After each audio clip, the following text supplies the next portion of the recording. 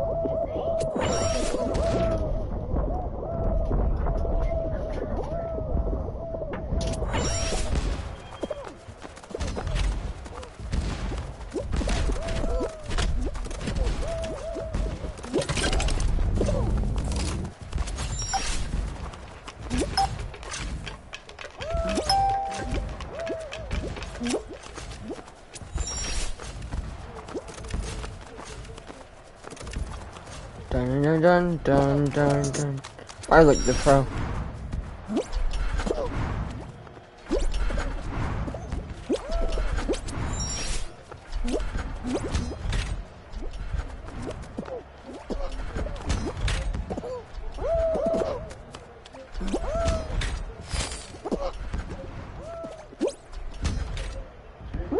Nice.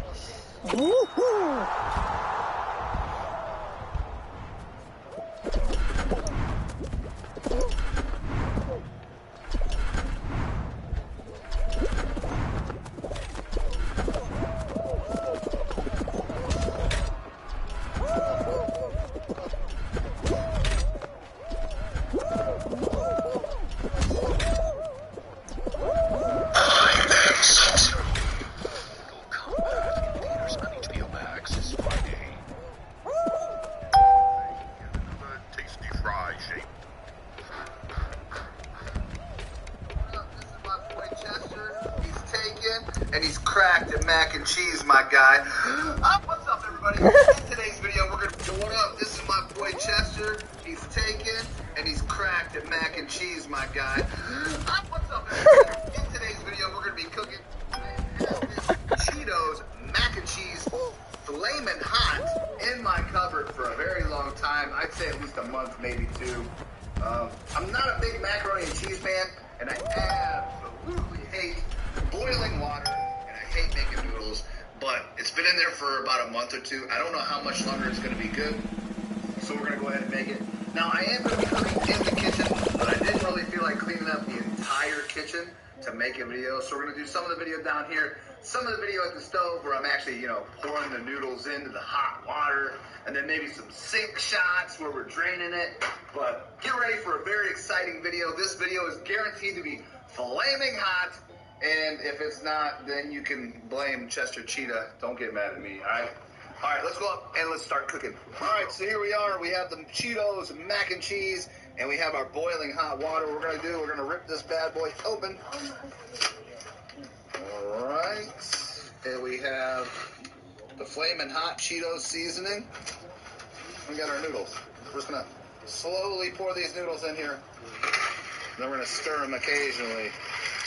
So they're all nice and tender. And normally you don't want to use a metal spoon, but I don't have a lot of kitchen tools because I used to, but I don't know that. So we're just going to stir this a little bit. Go ahead and set our timer for 7 minutes. And we'll check back in with our noodles. 7 minutes.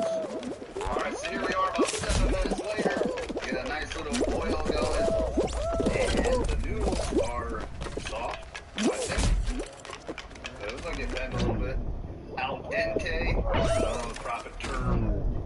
Proper term? Yeah, whatever's the proper term. Al dente soft, freaking noodles are noodles now,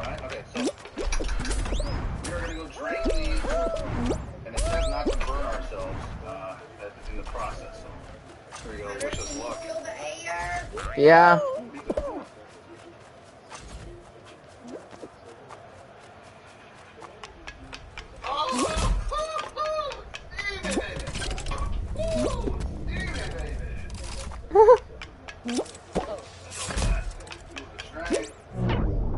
Back into the pot. Pot is still hot. There's our noodles. Noodles. Going back on the heat. Here's our 2 teaspoons or tablespoons of butter. Oh, I gotta shake it. I'm shaking.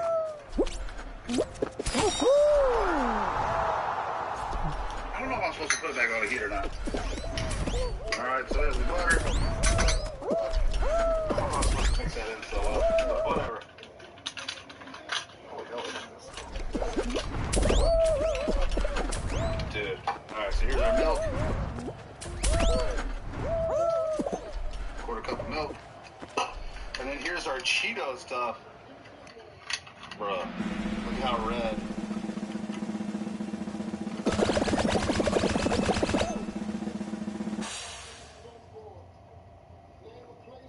That's crazy looking, dude. I don't know, mix it up. Little darlings, steer it up. Bro, I'm getting flashbacks of my hot Cheetos and milk here.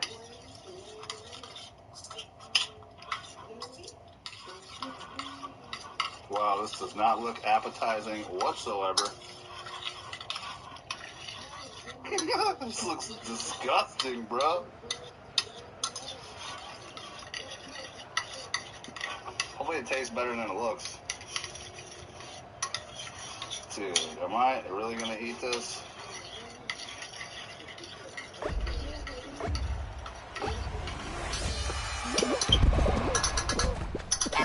Yeah? No, I'm not hungry. No.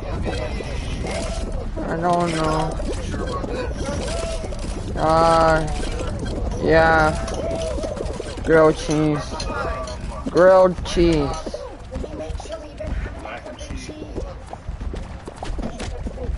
Okay.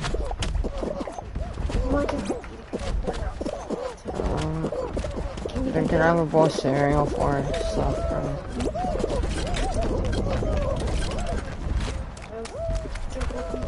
Yeah.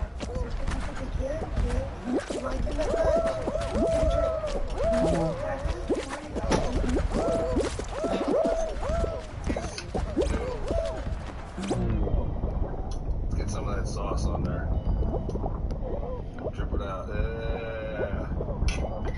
Put some more in there. I think I'm the only person that's going to be brave enough to eat this. One of my kids are going to look at it and think it's worms or something.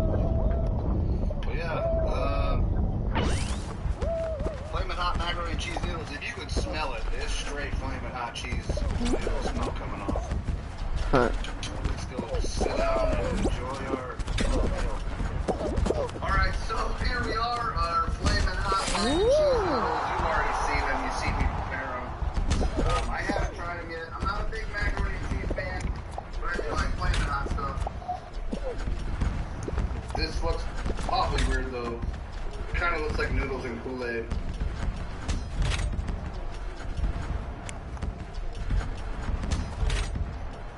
Oh, buddy. Flamin' Hot is right.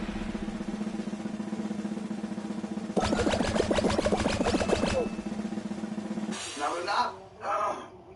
The noodles aren't bad, but dude, are they hot?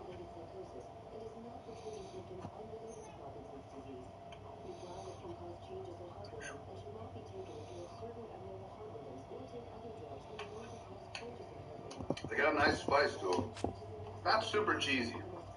A little cheesy, but more Flamin' Hot if anything. Holy moly. If you like hot stuff, you probably like them. And if you like eating stuff that looks like bloody dead worms, yummy. This would definitely be good around the Halloween. Like if you have a Halloween party and you're serving the noodles to friends. Look at the bowl. The bowl even looks like blood in there. It looks like fake blood. It's a little hot. It's quite my house. It's not supposed to be cold. It's lit. Bro, I'm gonna be pooping hot fire later. I can already tell. This is gonna hurt me on the other end. I should probably stop eating it. So that's it. Flaming hot mac and cheese. It was good. Not the greatest I've ever had, but it was exactly what I expected. If you like flaming hot Cheetos, you'll probably like this macaroni and cheese. Buy a box or two, have a friend try it. It's an experience, right? Thanks for watching the video. Smash the like button, subscribe to the channel, and I'll see you guys in the next one. Have a great day. So what up? This is my boy Chester. He's taken and he's cracked in mac and cheese, my guy. What's up, everybody? In today's video.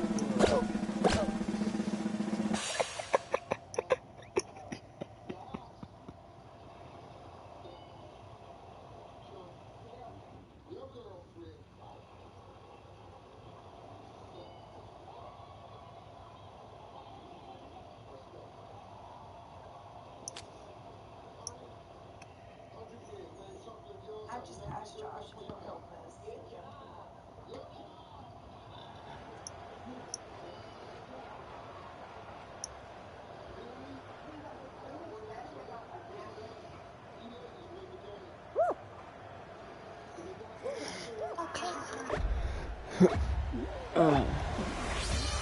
I don't know.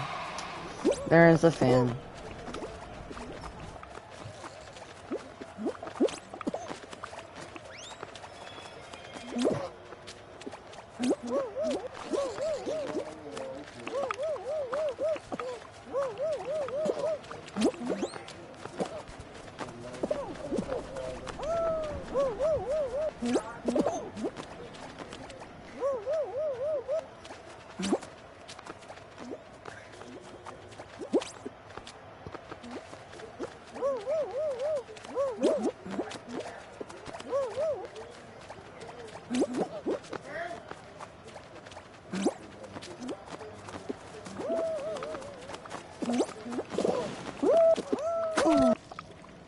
Wow.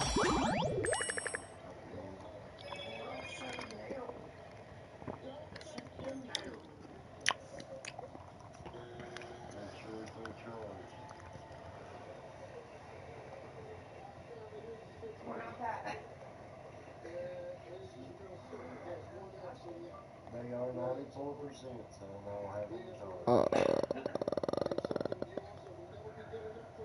Alright.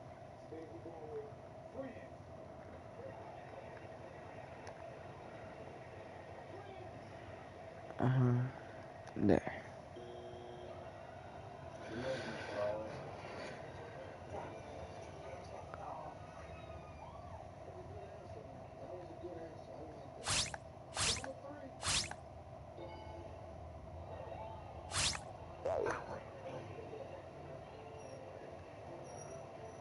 No, she quit.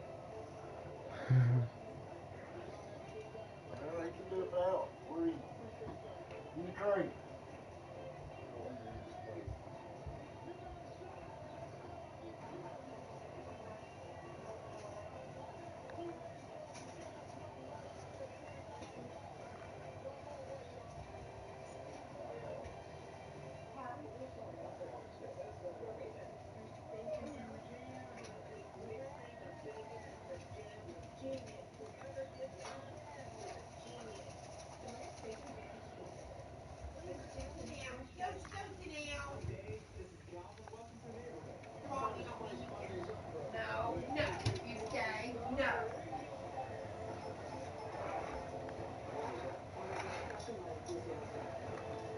I'd like to get us a damn set of phones.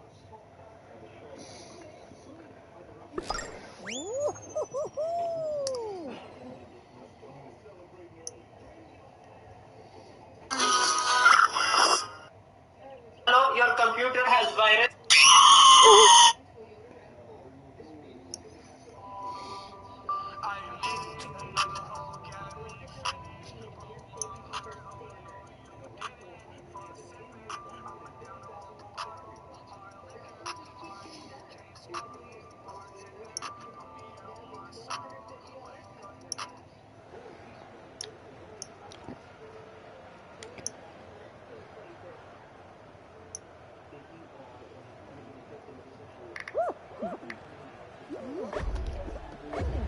Mm-hmm.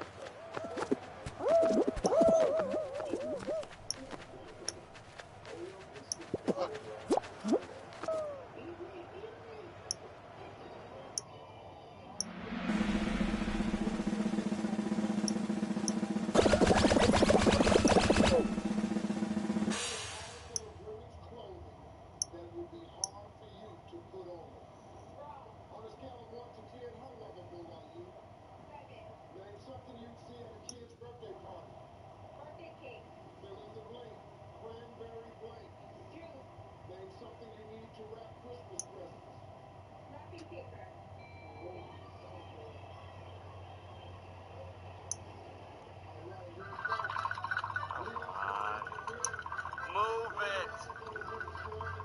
Could you be any slower? And you've had your blinker on.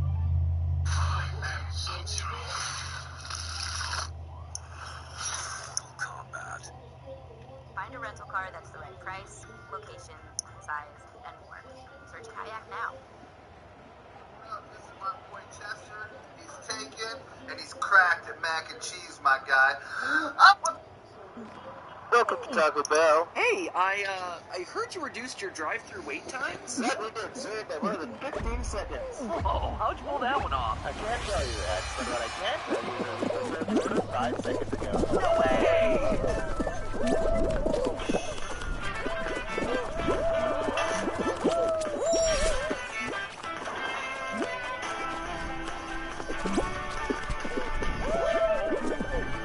Hello, Internet. Welcome to Food Theory. Yo quiero notification bell. Not to go all grandpa pat on you theorists, but boy howdy has fast food changed. Why, back in my day, going to a fast food restaurant meant playing in a bacteria-infested ball pit for a while. Then you would eat your food without bothering to wash your hands. And then we would psychologically forge a lifelong brand loyalty to the restaurant by playing with whatever toy they shoved into our meal. And we were not only liking it, we were loving it. Ba-da-ba-ba-ba. Now, of course, these days, a trip to the fast food restaurant plays out a wee bit differently. Heck, they probably won't even let you eat in the dining room, let alone jump in a ball pit. Point is, there's been a huge shift towards more contactless fast food experience over the past year due to COVID, and it's turned everything on its head. For instance, McDonald's is now doing 90% of its U.S. sales at the drive-thru window. 90%! And digital orders, that is orders placed through the restaurant's app or through third-party apps like Uber Eats, are spiking as well. Take Chipotle, whose Q2 digital sales grew 216% year over year. And Yum Brands, the parent company of KFC, Taco Bell, and Pizza Hut, reports that every single one of their brands has had a record-setting year when it comes to digital orders. As you might expect, quick service restaurants, or QSRs as the industry calls them, have taken note and are making changes to give their customers the contactless experience that they desire. Drive-thru efficiency has been a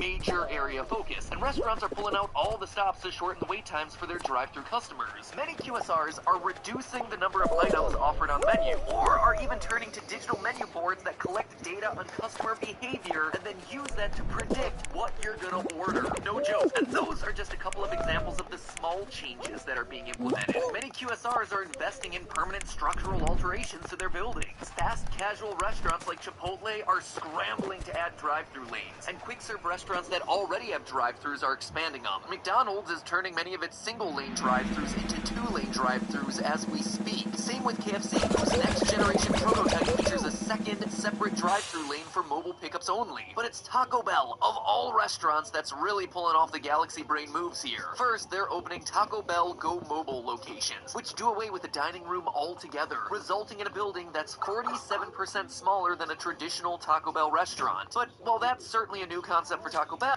Hey everybody, my name is Joe from Romeo.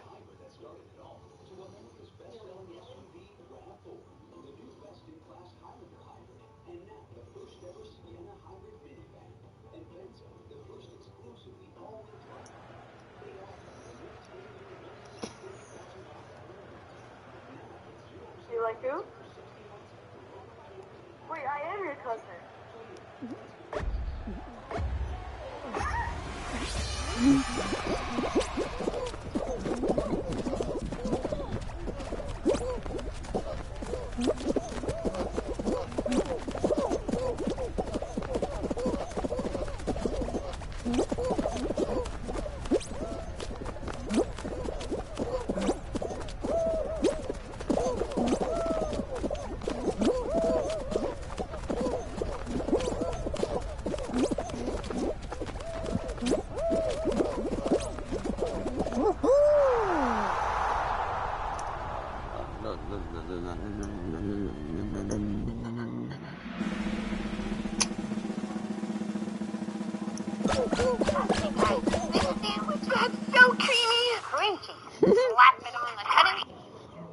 Trust me, guys. This sandwich is so creamy. Real? Alright guys, let's test out my diamonds. But just to prove to you that this isn't a fake diamond tester, there's no buttons on any of the sides that I can press to make it go off. So yeah, I can't make this thing go beep. But let's just try it out on some different materials to show that it only works on diamonds. First up, we got glass. And yeah, it doesn't detect. Next up, we have plastic. And it has no reaction. And finally, we have metal. And to that, it does absolutely nothing. But let's try it out on the diamonds and see what happens. Ice! Oh yeah! That thing got the drip. Oh yeah! Device that can save your life one day, except that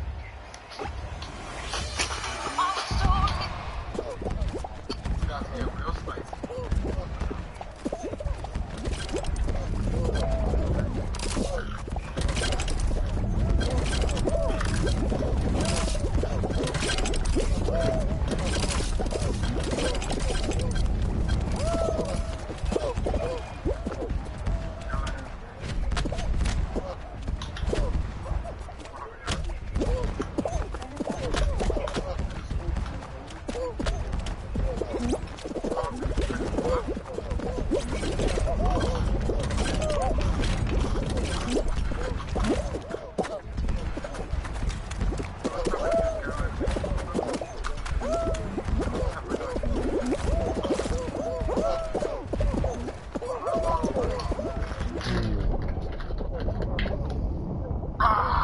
No reaction, but it's just got in my eye. It's about to get real spicy.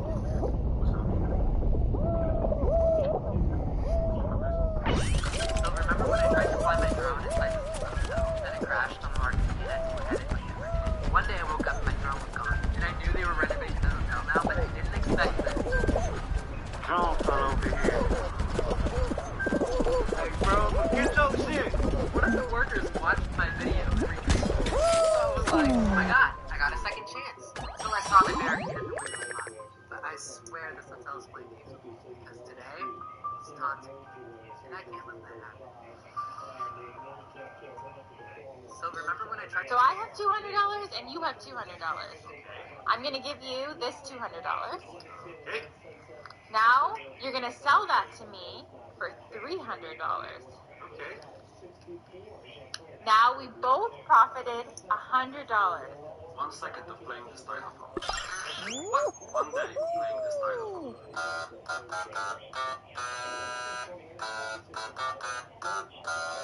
1 week of playing the styrofoam.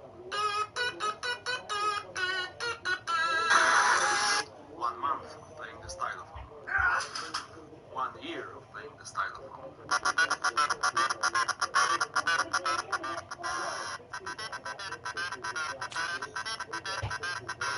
5 years of playing the stylophone.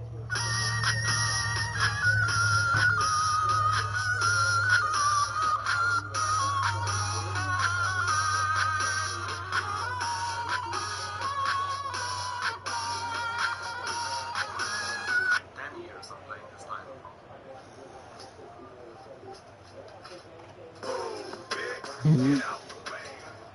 1 second of playing the stylophone. Buried treasure sucks. Okay, well, the loot is actually pretty good. But you explore a shipwreck, find a map, go to the X. For some reason, you guys really want to know what my height is. And in person, a lot of people always tell me that I'm taller than they expected. I think because my camera hangs around my chest rather than up high where my head is. So yeah, it looks like I'm shorter than these videos. But in person, I am 5'11". I know it's not 6 foot, but I need to point that, and I always have it live. For some reason, you guys really want to know what my height is. And in person, a lot of people always tell me that I'm taller than they expected. I think just because my camera hangs around my chest rather than... So a lot of people are asking how the key on the Tesla Model X works, so I'm going to show you. So I actually have a little keyring thing on top of it that I got. Oh, I feel so nauseous. Here, it's so gross, I burble. My dad built a ramp for the dogs to get into his truck. Lily doesn't even need it.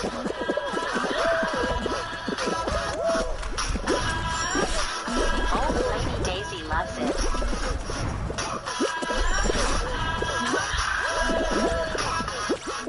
My dad built a ramp for the dogs to get into his truck.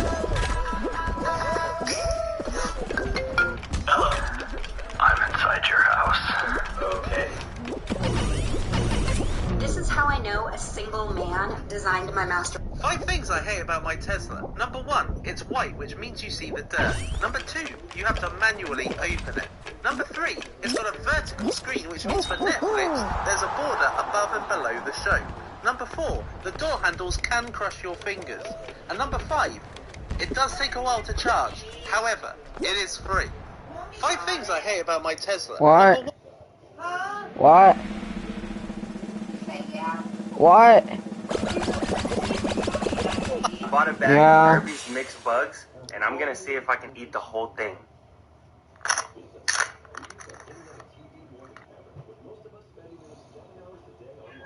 Silkworms and different types of grasshoppers.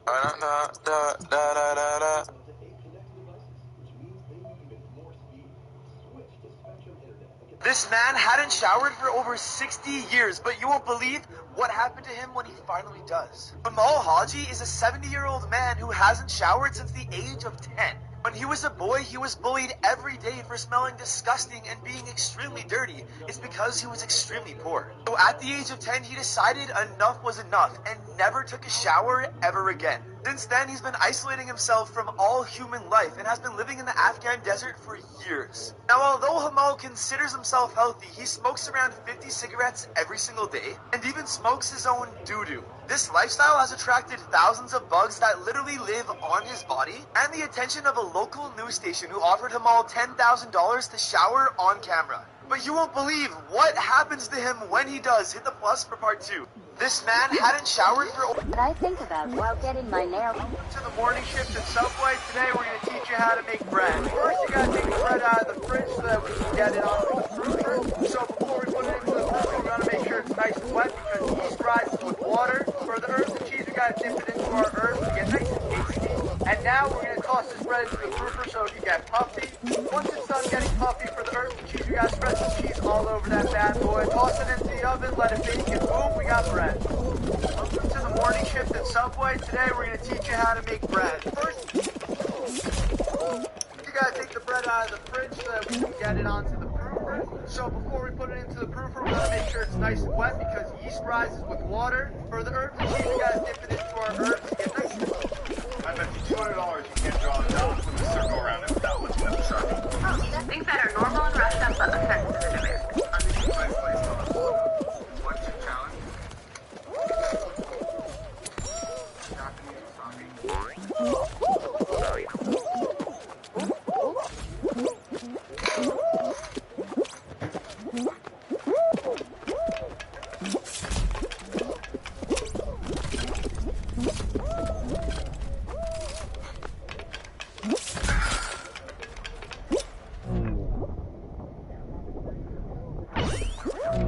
think my spice tolerance went up. 1 chip challenge.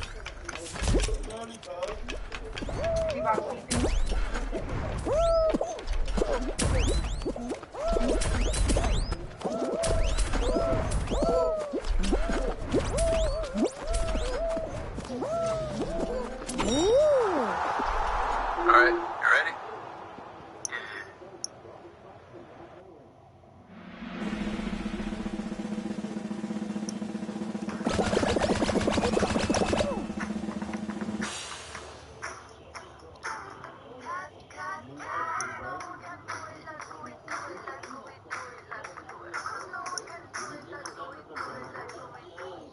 I wonder what they should do at this point. Like, what can YouTube do to have a successful rewind?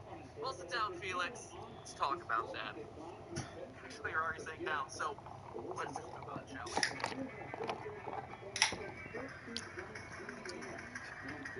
we? Bing, bing, bong, bing.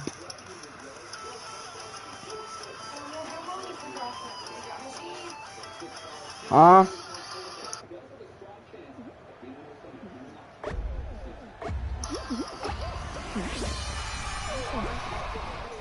Hello, Internet. Welcome to Game Theory, where we always talk about everything 2 weeks after it's relevant because the show is so darn hard to produce. Seriously, no matter how many New Year's resolutions I make, in the last 8 years of doing this show, I've never been able to get like 4th in a week ahead. So today, I really want to talk about the YouTube Rewind. The last time that I talked about Rewind was back in 2015. Way back then, in that theory, I predicted that 2015's YouTube Rewind would be the final good one. And, okay, I wasn't that far off. I missed it by like a year, right? At this point, we all know the story. 2016's was good, not great. 2017 started the massive decline, and then 2018, well, let's just cut the footage of 2018, shall we? Oh, that's hot. That's hot. Hot indeed, YouTube and TikTok sensation Will Smith. It was a literal garbage fire. And so this year, they just kind of gave up, threw up their hands and said, you know what, we don't know what you like. So here's a bunch of videos that objectively got a lot of likes instead. Minus, of course, the ones that didn't fit into the arbitrary rules that we listed out on our website. At this point, Rewind appears to have an unfixable problem. PewDiePie himself was called in to review this year's Rewind, and even he couldn't fix the darn thing. I actually got to see it, and I got to give feedback on it, and they took some of my feedback, but it still bombed. You were the chosen one! Honestly, there probably wasn't a whole lot that he was in a position to do, but still, the point is there. Overall, the reaction to the Watch Mojo list that was YouTube Rewind 2019 was, well, best described as not as negative as 2018, but outside of that, the creator community didn't have a whole lot to say about it. And I mean that literally. When reacting to it, that was just everyone's general response. Oh, that's it? That's it? Oh, that's how you end it. Okay. Okay. It's like a bowl of rice. Not bad, it's a little plain. That's probably the greatest analogy I've ever heard. And it's fine, I guess, but it's so boring. But you know what? I think that there's actually a lot to unpack from this year's Rewind that's largely gone ignored in favor of people arguing over whether there was either too much or too little K-pop in it. Because when you stop and analyze this year's Rewind, we get ourselves a preview of what the next 10 years on this platform are going to look like. And let me tell you, it's going to be a very different looking platform. First, let me get something personal off my chest. Oh, wow. I recently posted a full interview I did with YouTube CEO Susan Wojcicki, where the very first question I asked her was about YouTube gamers being treated as second-class citizens. Her response was that we're not. My answer would be no. Did you say something? Okay. I don't need it straight away. I can wait.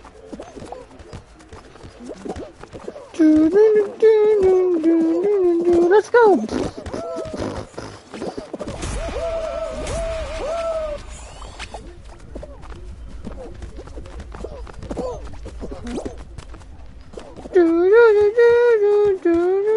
Let's go.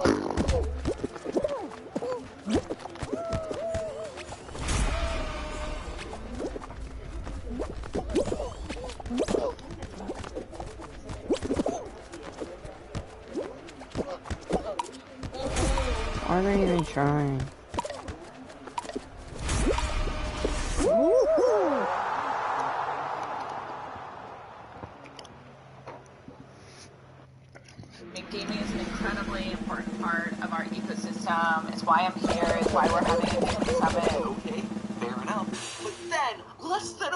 after I post that video, I see this year's Rewind, which features lists of the year's top individual musicians, individual dance creators, individual beauty creators, and then this.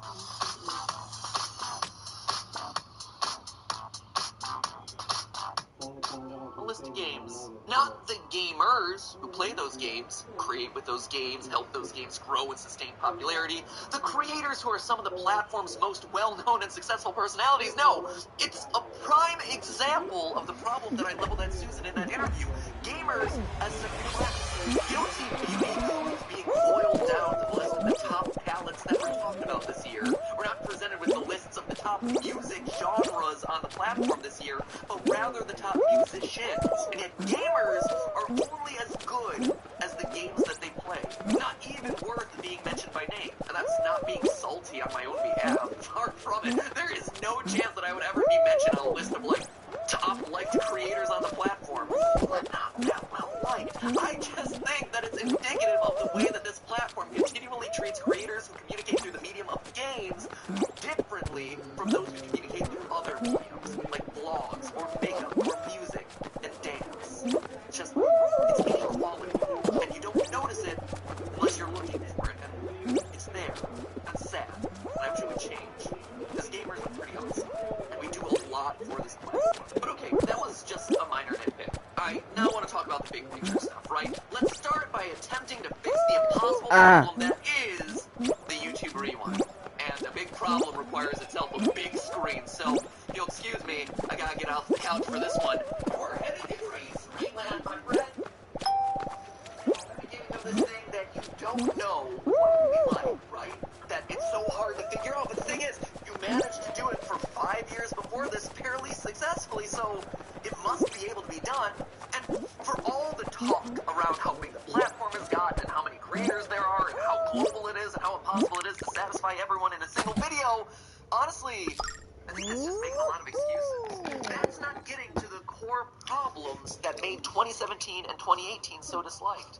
When you look at those two Rewinds relative to all the others, it becomes clear that Rewind's problems all boil down to two core issues. The first one is dishonesty. The thing is, we first and foremost want YouTube Rewind to be what it promises it is. To be a rewind of the previous year. I'm sorry, but that's the brand that you created and now you're stuck with it. And believe me, I feel your pain. I do theories for a living, and theories are hard to write, especially one a week. But if I suddenly do something that isn't a well-researched, fully scripted out, thoughtful essay and call it a game theory, well, guess what? People get mad at me. And rightfully so, to be honest. Same with a rewind that doesn't actually rewind the events of the year. When multiple months feel, I don't know, a worldwide movement supporting an independent creator racing to cross the 100 million subscriber mark before a large corporate channel, that's something that I think you should probably cover. When a massive battle between two rival beauty gurus spills out into the mainstream media and sets records for unsubscribes in a day, spawning live stream counter trends that follow the drama, outright prompting you to change your platform, well, that's probably something that you're going to want to cover. When a local finally moved in. It's a great old house. Let's go. At least Geico makes bundling our home and car insurance easy. For bundling made easy, go to geico.com. Logan Paul versus KSI boxing match is one of the biggest pay-per-view events on your platform. That's something that you're going to want to cover. Now, don't get me wrong. I know you want to put on a good face for your advertisers. That you're ashamed of some of the more controversial or edgier stories on your platform. But YouTube was a platform that won the media wars by being first and foremost a source for authentic content. Authentic doesn't mean perfection. And if you really do want to do a rewind, like you say you do every year, you have to take the good with the bad. You have to honor both sides of this thing. Now, real talk, I understand why you'd be scared to slip into your platform's edgier stories. But just because something might have negative connotations back when it happened, doesn't mean it still has to be negative when it appears in a YouTube Rewind setting. Take the three examples that I just brought up, right? The Tati versus James Charles drama, T-Series versus PewDiePie Kai Logan Paul versus KSI Boxing. 3 huge stories that any yearly recap should absolutely have included. 3 stories that you might be sensitive to. I would assume that you were, since they didn't really appear in their respective yearly recap. But consider this. Set up a giant boxing match. 3 rounds. Each round easily riffing on one of these respective battles. Or, you know what, if you don't like the boxing metaphor, use another YouTuber trend example. Mr. Beast. Mr. Beast's YouTuber baseball challenge with each duo who were fighting at a certain point now being recast as a team. It keeps things fun, lighthearted, and grouped thematically, while also, and most importantly, not sweeping those events under the rug. Massive trends that happened on a global scale that everyone who lives and breathes YouTube expects to see here because it was such a massive cultural event for this platform. Because when you ignore stuff like that, that is when people get mad at you. That's when they hit the dislike button. That is when it starts to feel dishonest, which is like the antithesis of why people love this platform in the first place. Second major problem, don't virtue signal, or at least don't tell us that you're doing it. What do we do? It's the classic adage of showing, not telling. Early rewinds didn't have kumbaya circles of creators saying how proud they are of this community. No, instead, that message, that same message, was communicated through the imagery of the rewind. A rainbow backdrop, riffing on the Love Has No Labels viral video, featuring creators of different backgrounds without feeling the need to explicitly call it out. This is, and has always been, an inclusive platform of diversity, but calling it out as explicitly as you did in those last 2 rewinds is not only cringy, but it's self-aggrandizing. It feels gross and self-serving. It takes a beautiful thing that happened organically on this platform and suddenly feel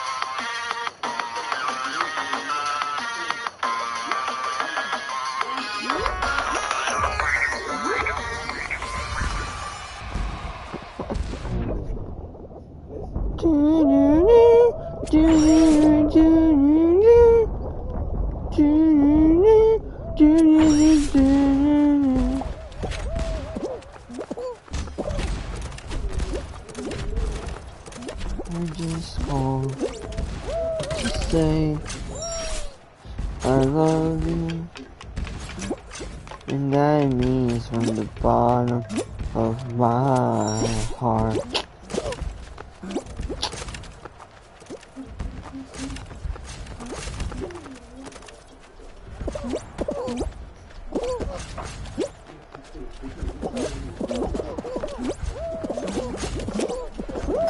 I did it, let's go. Big brain.